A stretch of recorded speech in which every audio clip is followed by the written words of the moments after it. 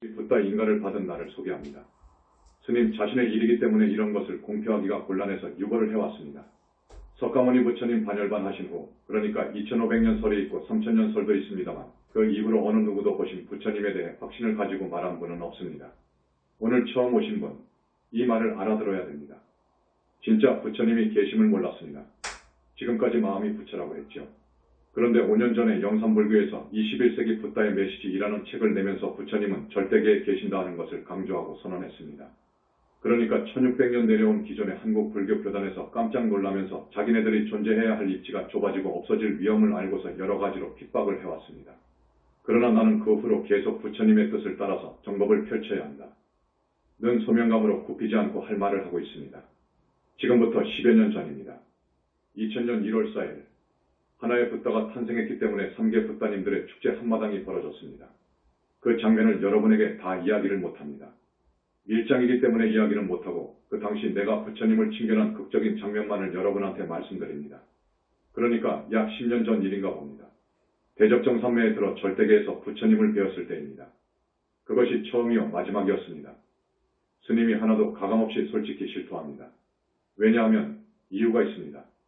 저 하늘의 태양이 두릴 수 없듯이 사부님이신 광명만덕님만 직접 부처님을 뵙고 법문을 듣고 대화합니다. 광명만덕님이 반열반하신 후에는 법통제자로서 자제만연히 부처님을 직접 뵙고 뜻을 받들어 교단을 이끌어가게 됩니다.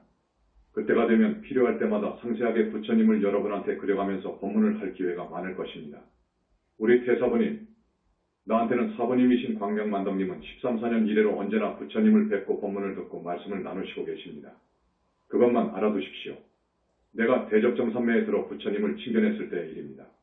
아, 우리 부처님은 가히 우주의 주이시구나 하는 것을 느꼈습니다. 도저히 측량할 수 없는, 측량이 되지 않는 그런 거룩하신 대성자였습니다. 옛날에 내가 씨름장사 이만기를 씨름판에서 그러니까 아주 가까이서 본 적이 있었습니다. 직감적으로 이 나라 어느 장사도 이 사람을 당해낼 수 없을 만큼 대단한 씨름장사구나 하는 것을 느꼈습니다. 그와 같이 우리 인간은 불성이 있기 때문에 또 공부를 많이 한 분은 굉장히 감이 예민합니다. 나는 부처님의 찬란한 후광에 불가사의한 빛에 압도당했습니다. 그 빛은 오색이 아니고 7가지 무지개색도 아니고 100가지 1000가지도 아니고 정말로 허언경이나 법화경에서 표현했듯이 천만억가지 갈래의 빛이여 청정한 맑은 빛이었습니다. 태양빛 아래 다이아몬드처럼 온몸은 빛의 불꽃들에 휩싸여 있었습니다. 그 몸에서 방사되는 백종호색광, 그러니까 무량억 종광은 우주를 날카롭고 강렬하게 강하게 관통하고 있었습니다. 아, 이 부처님이 바로 우주의 중심이 되는 결정체요. 주인이요, 주임을 직감했습니다. 우주와 하나의 몸으로 계심을 직감했습니다. 내가 보는 부처님의 여러 신체의 부분은 황홀하기 그지없어서 어리 빠지고 취할 정도로 멋있고 예쁘고 아름답고 아름다웠습니다. 부처님의 음성이 들립니다. 불과를 칭한 이에게는 아들아. 그럽니다. 내 아들. 그럽니다. 아들아. 내 아들 자제마냥. 하고 부르는 소리는 영적으로 힘이 있었고 그지없이 맑고 고왔습니다. 여러분, 영과 귀신들 목소리 다르고 하늘사람 목소리 다릅니다. 자비와 사랑이 가득했습니다. 걸음걸이는 무거웠고 동시에 가벼움을 느꼈습니다. 부처님 말씀입니다. 너는 문수의 법왕자 붓다로서 오늘 너를 인가한다. 앞으로 너는 부처님이 절대계에 계심을 세상에 선포하고 왜곡된 무화서를 바로 잡을 것이니라. 여러분, 왜곡된 무화서를 알지요. 내가 여러 번 법문을 했기 때문에 연불이 정법임을 널리 알려라. 그리고 업의 무서움을 일깨워줘라. 여러분, 업이 무섭습니다. 업이 하시며 정수리를 쓰다듬어 주시자. 나는 예, 신명을 다 바쳐 그리하겠나이다. 라고 대답했습니다. 이 말이 떨어지자마자 그 자리를 드셨습니다. 나는 내내 신비에 쌓인 화물감 자체가 되어가지고 부처님 뜨신 후에도 한동안 그 청정하고 희유한 기에 휩싸여 있었고 내 몸은 새털같이 가벼움을 느꼈습니다. 곧 삼매에서 일어나 일상의 나에게로 돌아왔습니다. 이것이 처음이요 마지막이었습니다. 나는 법왕자입니다. 나는 법왕자이기 때문에 법을 설할 의무가 있습니다. 진리가 왜곡된 말세에 부처님의 정법을 펴야 됩니다. 지금 정법은 다 왜곡되고 죽어 있습니다. 여러분, 연불이 정법입니다. 부처님은 절대계에 계십니다. 실제로 수행자가 21세기 붓다의 메시지 권대로 하면 누구나 부처님을 뵐 수 있습니다. 선정을 넘어서 아라한 삼매를 넘어서 보살 삼매를 넘어서 붓다의 삼매로 들어가야 됩니다. 대단히 어려운 난관이 있습니다. 이것은 마장의 장애를 받아서 인간은 도저히 들어갈 수가 없습니다. 아라한 삼매 이상은 들어가기가 무척이나 힘듭니다. 그것을 알았습니다. 그것 그건 불가능에 가깝습니다. 그렇기 때문에 부처님 이후 지금까지 어느 종교, 불교의 어느 교단, 어느 종파 큰 스님들이 거의 아라한 이상의 성과를 얻기가 힘들었습니다. 그러나 우리 영산불교 현지사는 지금 35명의 보살을 쏟아냈습니다. 여러분, 정법에 귀의해야 됩니다. 부처님께 귀의해야 됩니다. 이것이 가장 중요합니다. 이 말씀을 여러분의 마음속에 꼭 새기십시오. 이 만연이 힘주어서 여러분한테 권합니다. 정법을 따라야 됩니다. 우리는 죽어도 정법을 따라야 됩니다. 부처님은 절대계에 여여히 계십니다. 절대계를 경전에서는 상적광세계라고 합니다. 상적광세계가 있습니다. 그건 대적정산매를 통과해야 들어갑니다. 거기는 그 어떤 사람도 들어갈 수가 없습니다. 영산당시 안한이고 가섭이기 때문에 이런 큰 성과를 얻은 것입니다. 자제만연의 이 법문을 말세 우리 불교 어느 종파 스님들도 믿으려고 아니합니다. 천여년간 아니 2000년여간 세뇌되었기 때문에 부처님이 절대계에 계신다는 소식을 듣지 못했기 때문에 이것을 이해 못합니다. 부처님 없다고 합니다. 부처님 없다고 해. 있다고 하면 천마라고 합니다. 천마에 대해서는 영산불교 이상으로 아는 스님들은 없을 것입니다. 천마의 실체도 모르면서 부처님을 함부로 천마라고 그렇게 말하면 부처님을 모독하고 능멸하여 무간지옥에 떨어질 말이 됩니다. 부처님을 뵈려면 깊은 산매에 들어가야 되고 앞에서 말씀드렸죠. 무량억정광을 봐야 됩니다. 이게 기준입니다. 내 책에 강조했을 겁니다. 역사 이후로 무량억정광을 본 분이 몇 분 없습니다. 지금 태사부님이신 광명만덕님이 반열반 할 때까지는 나는 지금처럼 법을 설할 것입니다. 하늘에 해가 둘이 있으면 안 되기 때문에 반열반 하신 이후 나는 크나큰 능력을 갖추어서 부처님, 여러 3개의 붓다님들과 법문도 듣고 대화하고 명실공히 완벽한 붓다로서 법왕자로서 법을 설하게 될 것입니다. 우리 신도분들에게 진정한 성공, 진정한 행복이란 무엇인가에 대해서 말씀을 드립니다. 진정한 성공, 진정한 행복은 어디에 있는가? 왜 불교에서는 삼매를 소중히 여기는가? 현지사에서 말하는 삼매에 든 이는 이 세상에 거의 없습니다. 외도이지만 힌두교 쪽에 삼매에 드는 이들이 가끔 나옵니다. 그러나 그것은 외도입니다.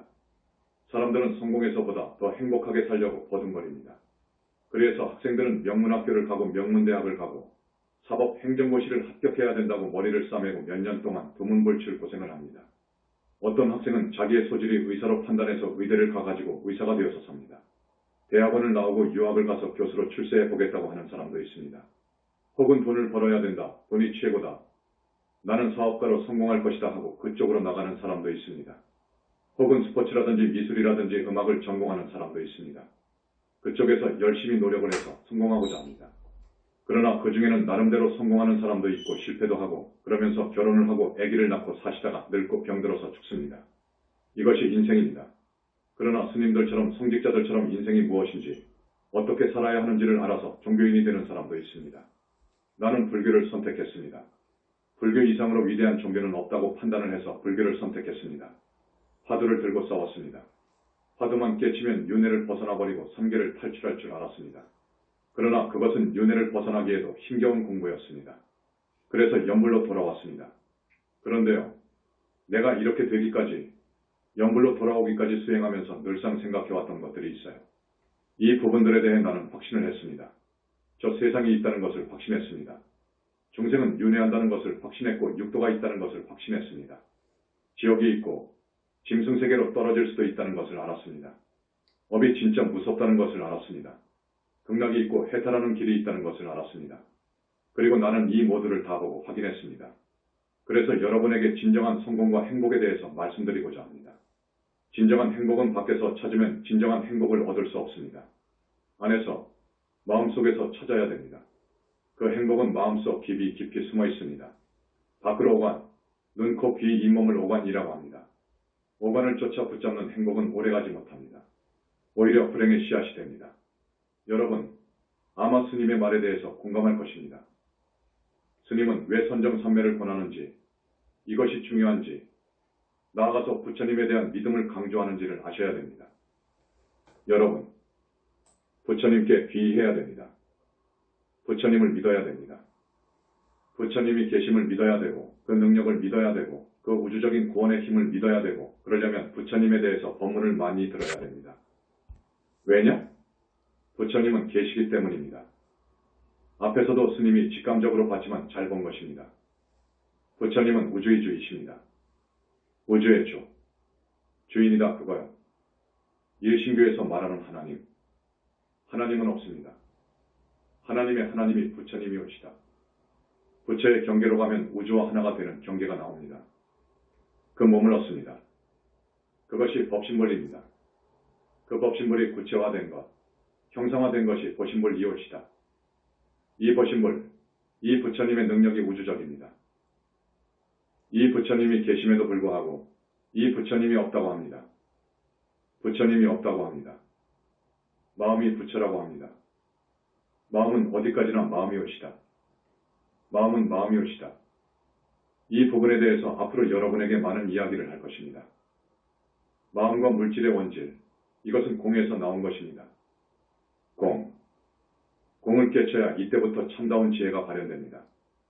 그런데 공을 깨쳤다 하더라도 공과의 합의는 절대 없습니다. 어렵습니다. 공을 정멸이라고도 합니다. 공과의 합일, 계합. 중생은 절대 안 됩니다.